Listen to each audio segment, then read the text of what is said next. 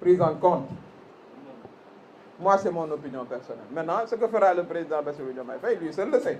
Mais en tout cas, moi, c'est personnellement ce que je pense.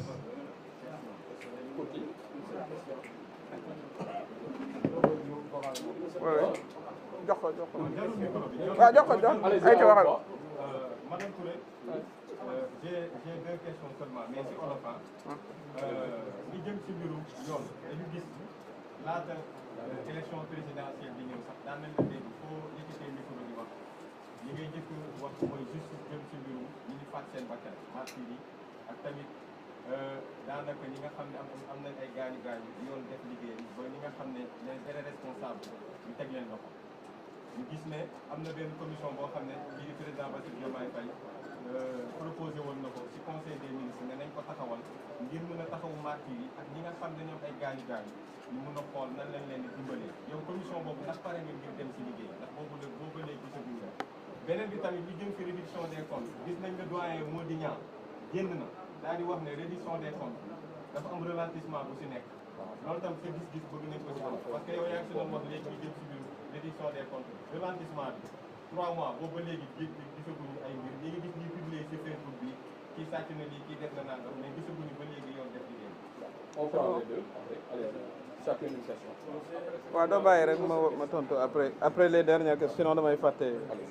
voilà bañ rek voilà ñu mën a tontu les projets li nga wax ci commission mi nga xam ne moom moo war a liggéey pour jàppale les victimes te victimes yi dañoo bari parce que am na ay blessures visibles ak ay blessures invisibles ñi nga xam ne seen xel dem na ndax traumatisme bari nañu ñi ci seen liggéey yàqu rawatina nag ñi ci ñàkk seen bakkan commission boobu luñ ci mën a def rek pour jàppale leen nañ ko def parce que ñun nag militant des droits de l'homme lañu les droits humains sax lay wax droits humains ci le droit des femmes des jeunes ak yépp nekk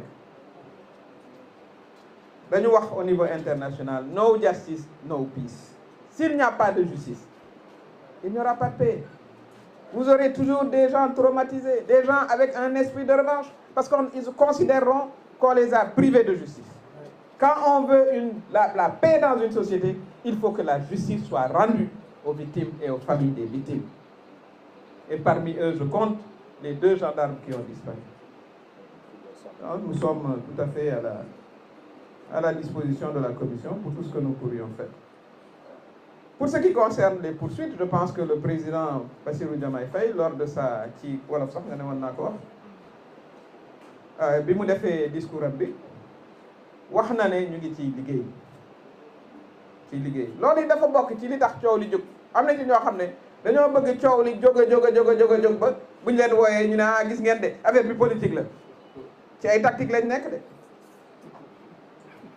Mansour Faye ci tactique boobu la nekk newul ci leneen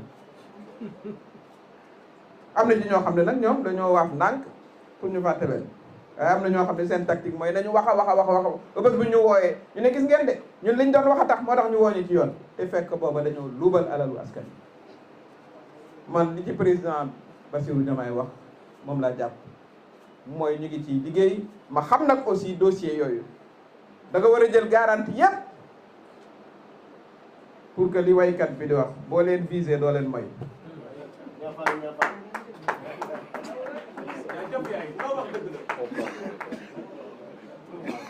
kon loolu mooy liñ ci bëggoon a wax ak commission bi ñu wolof la français laa ko waxe woon li nga xam ne moom lañ jagleel victime yi waaw boobu moom luñ ci mën it muy personnellement danañ ko ci def ci jàppale ci xalaat parce que nag bari na ñoo xam ne ñii ba tey ñu ngi am traumatisme ñi seen liggéey yàqu na rawatina nag ñi nga xam ne ñoom dañ cee fàtte.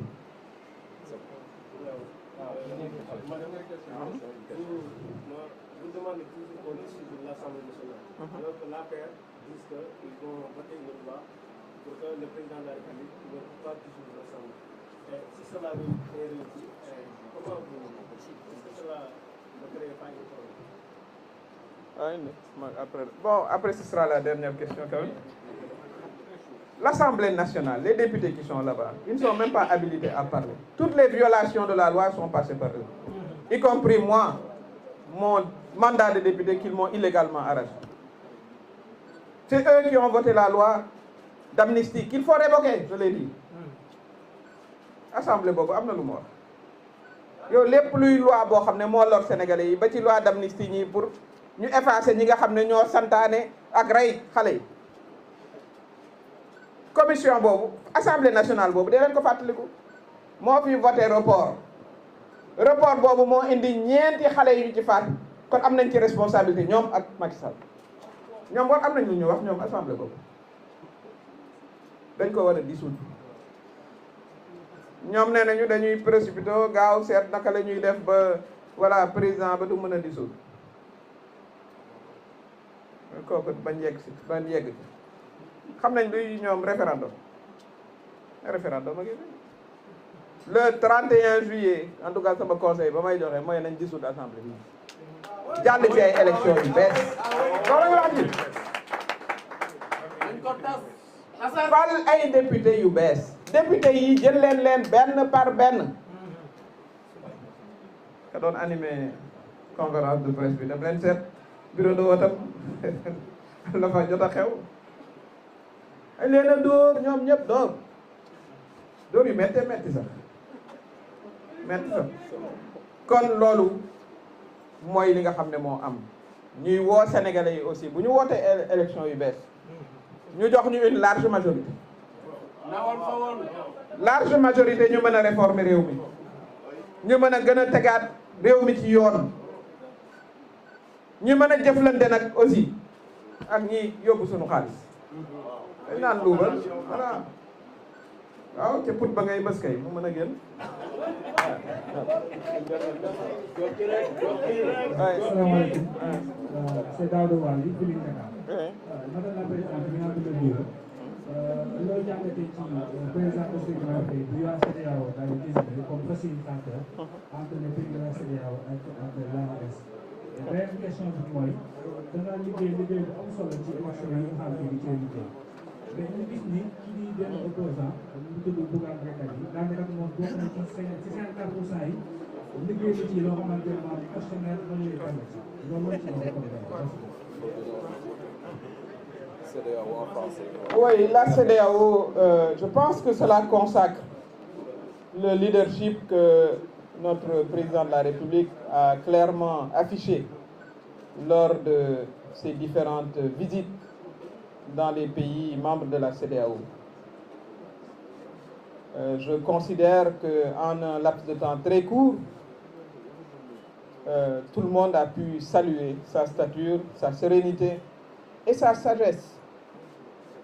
Parce que jeune âge peut parfaitement rimer avec sagesse et il l'a démontré.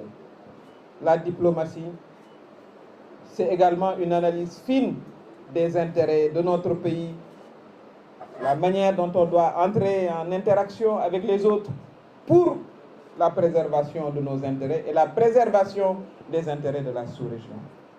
Il a choisi, pour l'accompagner dans cette tâche, un homme d'une grande qualité, très respecté, le professeur Abdoulaye Bathily, qui a une grande expertise, pas seulement d'ailleurs sur le dossier de la CEDEAO, mais sur d'autres dossiers. Et c'est une bonne chose. Je considère que nous sommes le seul et même peuple de l'Afrique de l'Ouest.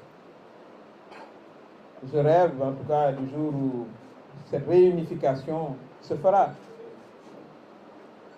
Cette scission n'aurait jamais dû avoir lieu. C'est également l'extrémisme de certains chefs d'État civils qui nous ont entraînés dans cette voie. Chacun a son contexte. Et dans les pays qui ouvrent la porte aux militaires, c'est des civils. On vous dit de faire 2 mandats, vous voulez en faire un 3e, vous changez la constitution. Vous venez, vous vous installez avec votre famille qui accapare tous les postes. Mais à un moment, c'est le trop-plein et l'armée s'empare du pouvoir. C'est ce qui s'est passé dans ces pays-là. Donc il faut faire prévaloir un esprit de concertation. Et j'en appelle aussi à tous ces chefs d'État, militaires, au peuple, frères du Mali. Le Sénégal et le Mali, c'est le même peuple. Le Sénégal et le Burkina Faso, le Sénégal et le Niger, c'est le peuple de l'Afrique de l'Ouest. La sécurité, leur sécurité, c'est également notre sécurité et vice-versa. En tout cas, j'espère que la conversation et le dialogue continuera dans la sérénité et est vraiment dans le dépassement. En tout cas, c'est ma volonté. Et je souhaiterais également que les femmes des différents pays s'impliquent dans une médiation souterraine. C'est important, pas seulement les officiels, mais la médiation souterraine. Pour qu'ensemble, vraiment, nous constituions un ensemble fort. Moi, comme panafricaine, je crois à l'unité de l'Afrique. Je crois à l'unité de la sous-région, l'unité organique. Nous devons aller, moi je le considère, vers une monnaie unique à travers la CEDEAO. Et tous ces 3 pays doivent faire partie. Nous devons matérialiser le projet de l'ECO pour en finir avec le franc CFA. Ça, c'est le projet qui existe, qui est en... L'ECO aurait dû être mis en œuvre depuis 2 ans. C'est ce qu'on oublie de dire. Donc, je considère que c'est un excellent choix qui a été fait de mandater notre président, le président Diomaye, pour que, justement, le lien soit maintenu et qu'on revienne à des discussions. Et, comme je l'ai dit, je salue vraiment aussi le choix du